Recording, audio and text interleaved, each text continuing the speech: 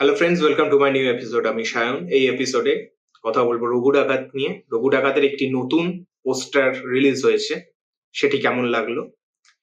রঘু ডাকাতের first schedule rap হয়ে গেছে।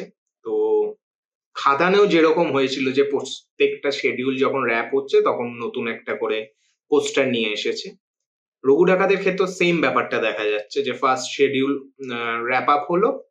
তো এই পোস্টারটা এবং পোস্টারটা দুর্দান্ত হয়েছে।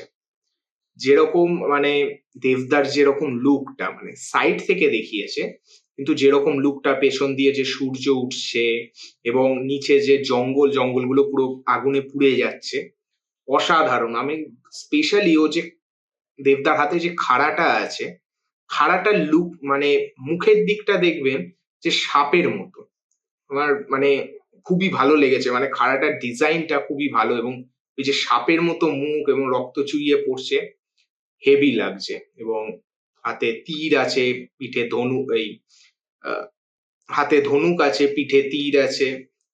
তো খুব ভালো লাগছে। এবং দেবদার যে লুকটা অ্যাকচুয়ালি রঘু ডাকাত যে মিথ, তো ক্যারেক্টারটা নিয়ে অনেক মিথ আছে, কিন্তু অ্যাকচুয়াল তাকে কেমন দেখতে ছিল সেটা কিন্তু কেউ জানে না। এবং তাকে নিয়ে যতগুলো ভিডিও হয়েছে বা যারা বানিয়েছে, এখানেও কিন্তু রঘু ডাকাতকে কিরম দেখতে ছিল সেটা নিয়ে কোনো একদম অ্যাপ্রোপ্রিয়েট কোনো কিছু নেই। তো এই লুকটা আমার কিন্তু খুব ভালো লেগেছে। বড় বড় চুল, দাড়ি। এবং সত্যিকারের কথা বলছি যে যখন পুরোপুরি সামনাসামনি মানে একদম ফেসটা পুরোটা রিভিল হবে, তখন আরো ভালো করে বোঝা যাবে। কিন্তু আমার কিন্তু এই লুকটা খুব ভালো লেগেছে।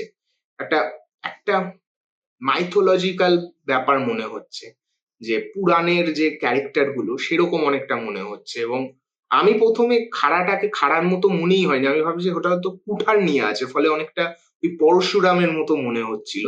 আমি বুঝলাম যে না, ওটা তো কুঠার নয়, ওটা খাড়াটাই। সাপের মতো মুখ। তো আমার অসাধারণ লেগেছে। এবং যেটা মনে হচ্ছে দেবদা এই জন্য তাকে মার্কেটিং এ উনি টলিউডের সবচেয়ে সেরা কেন বলা হয়, কবে রিলিজ হবে সেই দুর্গাপুজোতে, এখন থেকে সেই যে মানুষের মনে যে একটা কৌতূহল জাগানো, সেটা কিন্তু উনি খুব ভালো করেন। যেটা খাদানের ক্ষেত্রে করেছেন, সেম সেম ওটা রিপিট হচ্ছে এই রঘু ডাকাতেও। ফার্স্ট শিডিউল র্যাপ আপ হয়েছে, একটা পোস্টার। এরপর যতগুলো শিডিউল র্যাপ আপ হবে, এরপর সেগুলোতেও পোস্টার আসবে। এরপর হয়তো ক্যারেক্টার পোস্টার আসবে, অনির্বাণ ভট্টাচার্যের বা অন্য কারোর হয়তো পোস্টার আসবে। কিন্তু এরকম চলতে থাকবে।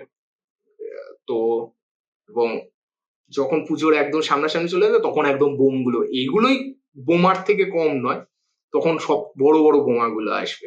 আমার অসাধারণ লেগেছে। এবং এইটা এই পোস্টারটা একটা ফুল ফ্লেজ পোস্টার বলা যেতে পারে, যেখানটায় অনেকটা কিছু দেখতে পাচ্ছি তার। এবং দেবদার যে ক্যারেক্টারের যে পোশাক আশাকটা, সেটাও আমার বেশ ভালো লেগেছে। তো জাস্ট আগুন ছিল, আগুন। মানে এই ধরনের পোস্টার যথেষ্ট একটা ছবি নিয়ে কৌতূহল বাড়ানোর জন্য। অসাধারণ লেগেছে। এবং মনে হচ্ছে যেন আরো ২-৩ সপ্তাহ অন্তর অন্তর যেন কোনো একটা কিছু নতুন দেখতে পাই। মানে এমনটাই এক্সাইটমেন্ট হচ্ছে। তো দেখা যাক মানে এরপর আর কি আসে। তো এই ছিল আমার রিঅ্যাকশন এই পোস্টারটি নিয়ে। আপনারা যারা দেখেছেন পোস্টারটি, আপনাদের কেমন লেগেছে প্লিজ কমেন্ট করে জানাবেন। এবং ভিডিওটি যদি ভালো লেগে থাকে প্লিজ লাইক করবেন, শেয়ার করবেন এবং চ্যানেলে যদি নতুন হন প্লিজ সাবস্ক্রাইব করবেন। দেখা হচ্ছে নেক্সট ভিডিওতে। Bye bye.